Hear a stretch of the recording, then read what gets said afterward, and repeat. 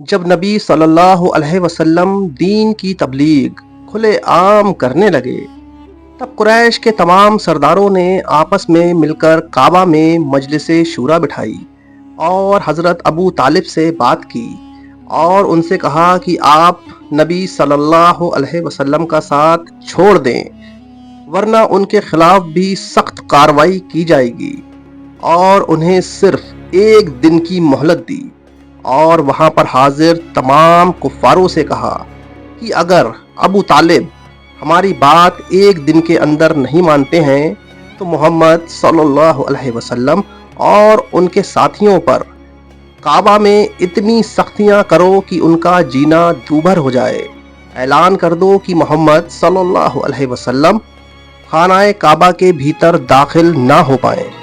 جب ایک دن بیت گیا تو حضرت ابو طالب کا کوئی جواب نہیں آیا۔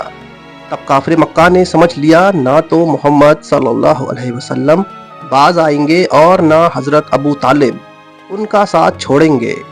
اس کے بعد مکہ کے تمام گنڈے، بدماش اور لچے لفنگے مسلمانوں کے پیچھے پڑ گئے اور انہیں ہر جگہ ستانا شروع کر دیا۔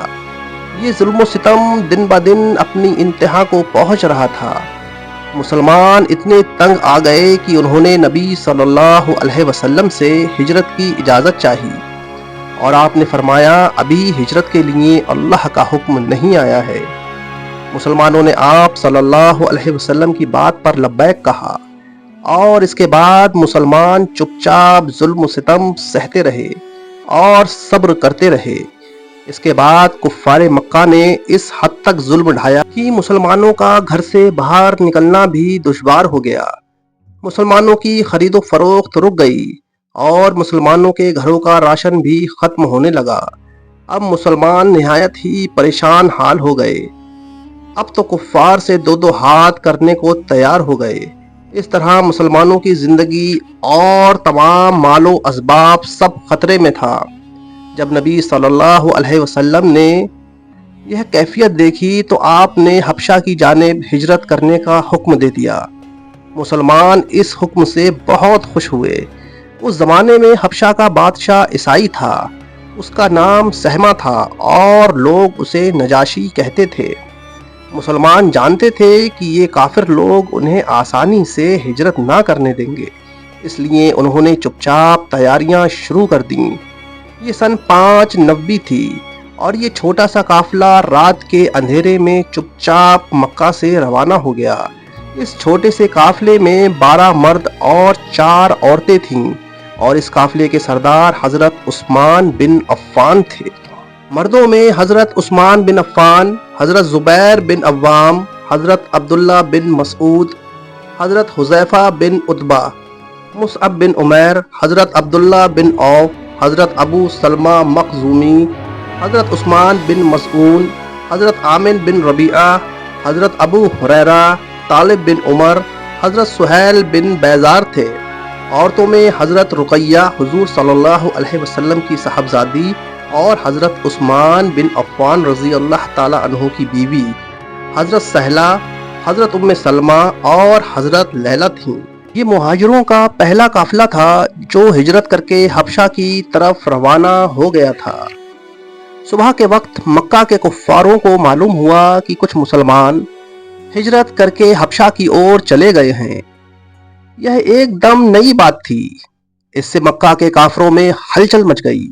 انہیں خیال ہوا کہ مسلمان حبشہ میں جا کر ہمارے معبودوں کی برائیاں کریں گے، اس سے ان کے مذہب کی بے حد توہین ہوگی۔ یہ سب لوگ ایک جگہ جمع ہوئے اور اگلے پروگرام پر مشورہ کرنا شروع کیا۔ طے ہوا کہ 60-70 بہادر جوانوں کو مہاجروں کا پیچھا کرنے کے لیے روانہ کیا جائے۔ اگر مہاجر واپس آنے پر تیار ہو جائیں تو ٹھیک ہے، ورنہ سب کو قتل کر دیا جائے۔ 70 آدمی بھیج دیے گئے۔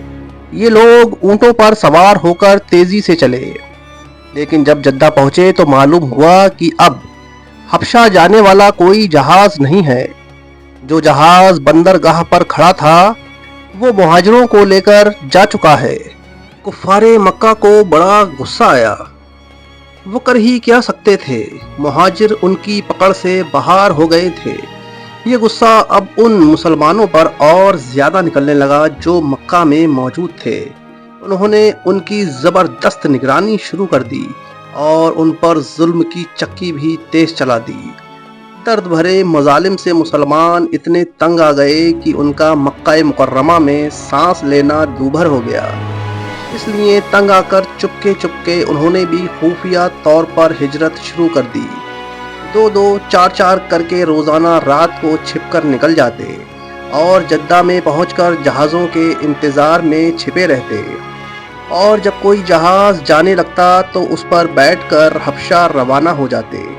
کفار مکہ کے ظلموں سے تنگ آ کر حضرت جعفر طیار بن ابو طالب نے بھی ہجرت کی، اور وہ بھی اپنے مسلمان بھائیوں کے پاس حبشہ پہنچ گئے۔